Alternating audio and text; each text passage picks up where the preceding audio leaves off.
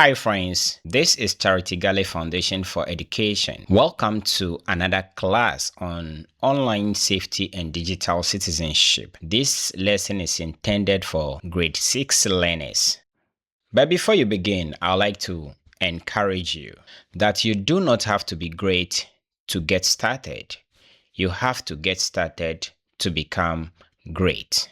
So this lesson is divided into 3 main subtopics: passwords and passphrases, spam and solicited messages, virtual friends and real friends.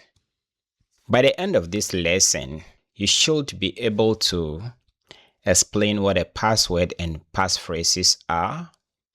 You should be able to create a strong password and passphrase, be able to differentiate spam and solicited messages, explain the difference between virtual friends and real friends, and also be able to demonstrate safe online behavior. Alright, so this is the very first lesson, using strong passwords and passphrases. But a big question is, what is a password? Password is a secret combination of letters, numbers, and symbols used to protect an account. Example: Abena123, School 2025, Agbeko DT22. That is double twins, 2 boys, 2 girls. You got it?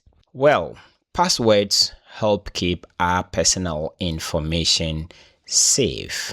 On the other hand, passphrase is a group of words that is easy for you to remember but difficult for others to guess. Example: my dog loves rice 2025 exclamation. I enjoy reading books at. The thing is, passphrases are usually stronger than short passwords.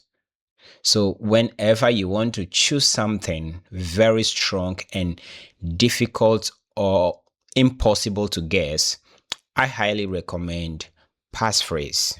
Now, here are some of the characteristics of a strong password.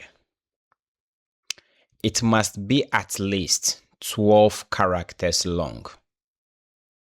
It must contain capital letters, small letters, numbers, special symbols, and also it must be unique as well as be difficult to guess. But in all of this, alright, there are some passwords that you do not, or there are some words that you do not have to use. Very, very important. Words like password 12345 or 123456, Kweti, football, your name. No, you don't have to use this because anyone can guess and get it right. So examples of strong passwords. Let me give you some few examples of strong passwords. My school at 2026. My starting with capital letter, school starting with capital letter, and we also have a special character in there as well as numbers, making it very strong and unique. Look at the rest. Learning hash is fun 25. I love science and maths 2026. Alright, let me give some few password safety rules. Number 1, never share your password with anyone. 2, do not write it where others can see it. 3, change your passwords regularly. 4, use different passwords for different accounts. Very important. 5, ask your parents or your teacher for help if you are not sure. Let me give you this class activity for you to try it out. Alright, we are getting into the second lesson right here at the Charity Gale Foundation for Education. Differentiating spam from solicited messages. But the big question is, what is a message? A message is information sent from one person to another through email, SMS, WhatsApp, or other online platforms. All right, now that we understand what a message is, let us bring solicited into the fold. So, what is a solicited message? Well, it's a message you asked for or expected. So, this is something you're expecting from somebody. Examples: when a teacher sends class notes to you, it's termed solicited message. When your parent sends you information, that message is termed solicited. When a friend replies to your message, it is also known as solicited message. You get it? Now let's move on. Another big question is spam. Yes. Gone are the days when I used to see this but I don't really know what it meant until some 16 years ago or 17 years ago when I got to the full realization of what this word spam really means. Well, spam is an unwanted message sent to many people. All right, a message you never wanted. Your SMS, a lot of messages are going to be popping up. You've won this, congratulations. Well, congratulations. You have won 50,000 Ghana cedis. Click here. Click here means that it's going to be there is going to be a phishing link attached to it, which is very, very bad, because clicking on that phishing link or clicking on that link may expose you to a lot of harm. Another message is going to ask you to claim your free phone now, or even strange messages from unknown people asking for personal information. Please, you have to desist from these messages. So, some few characteristics of spam. 1, it comes from unknown sources or senders. 2, it contains suspicious links. 3, promises free gifts or money.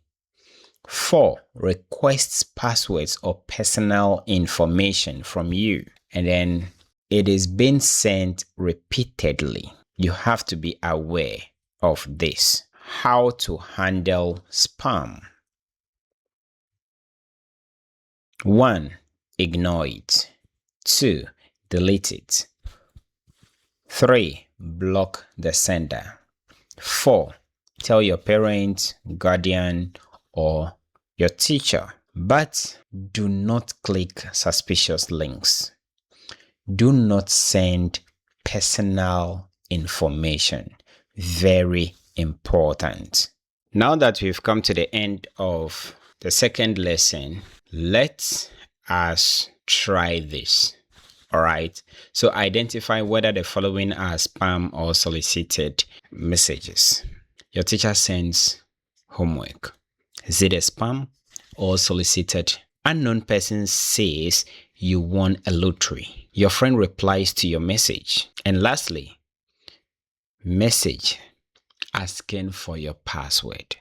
Now let's move to the very last lesson. Virtual friends and real friends.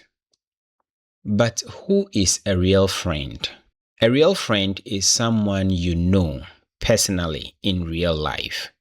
Examples: classmates, neighbors, family friends, church friends, etc.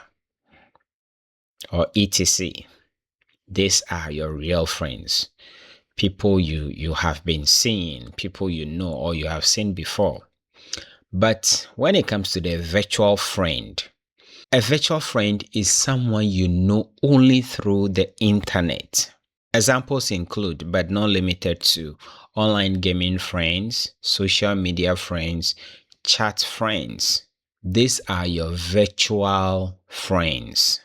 So let's talk about the characteristics of real friends. 1, you have met them physically. 2, you know where they live or study. 3, family members may know them. 4, their identity can be verified. Now let's look at the characteristics of virtual friends. You know them mainly through the internet. They may use nicknames. You may never have met them. And then information about them may not be true. So these are the characteristics of virtual friends. But let me share these safety tips with you when dealing with virtual friends. Is 1. Never share passwords with them. 2. Never share your home address. 3. Never share family information. 4.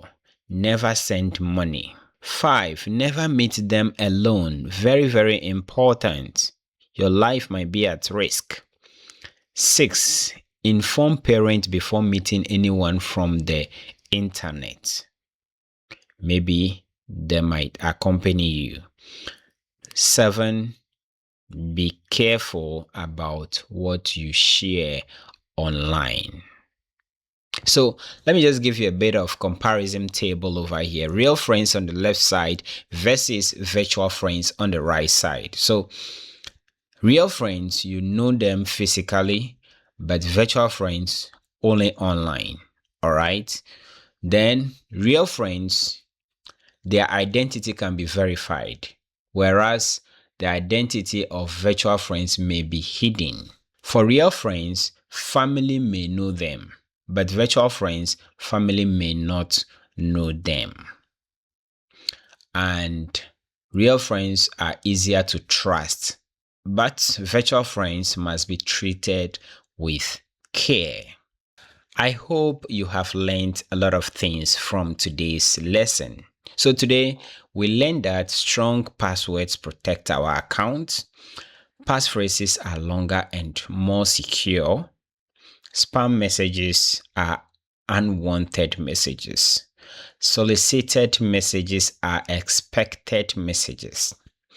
Real friends are people we know physically. Virtual friends are people we know online. And also we must be careful when interacting with people online. All right, now that we've come to the end of the class, let me give you a little assessment questions. All right, so take this, write it, answer these questions and submit it to your computing teacher. What is a password? That is the first question. Next, what is a passphrase? Next, mention 3 characteristics of a strong password.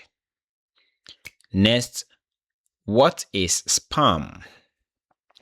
Next, what is a solicited message? Next, mention 2 examples of spam messages. Next, who is a virtual friend? Next, who is a real friend? Next, state 3 safety rules for online friendships. Next, why should we not share our password? All right, so if you are able to answer these questions correctly, congratulations to you, and I hope this makes much sense to you. You have learned a lot of things from here. Catch you or see you in my next lesson. So try to create a strong password with your parent or guardian, okay? Also check your messages and identify any spam messages. Remember that not everyone online is who they claim to be. Stay smart, stay safe, and be responsible digital citizens. Thank you. You can join me on IG at win_asafo, FB at Win ICT Center, TikTok at Win Asafo, and then YT, that is YouTube, Win_Asafo. Cheers.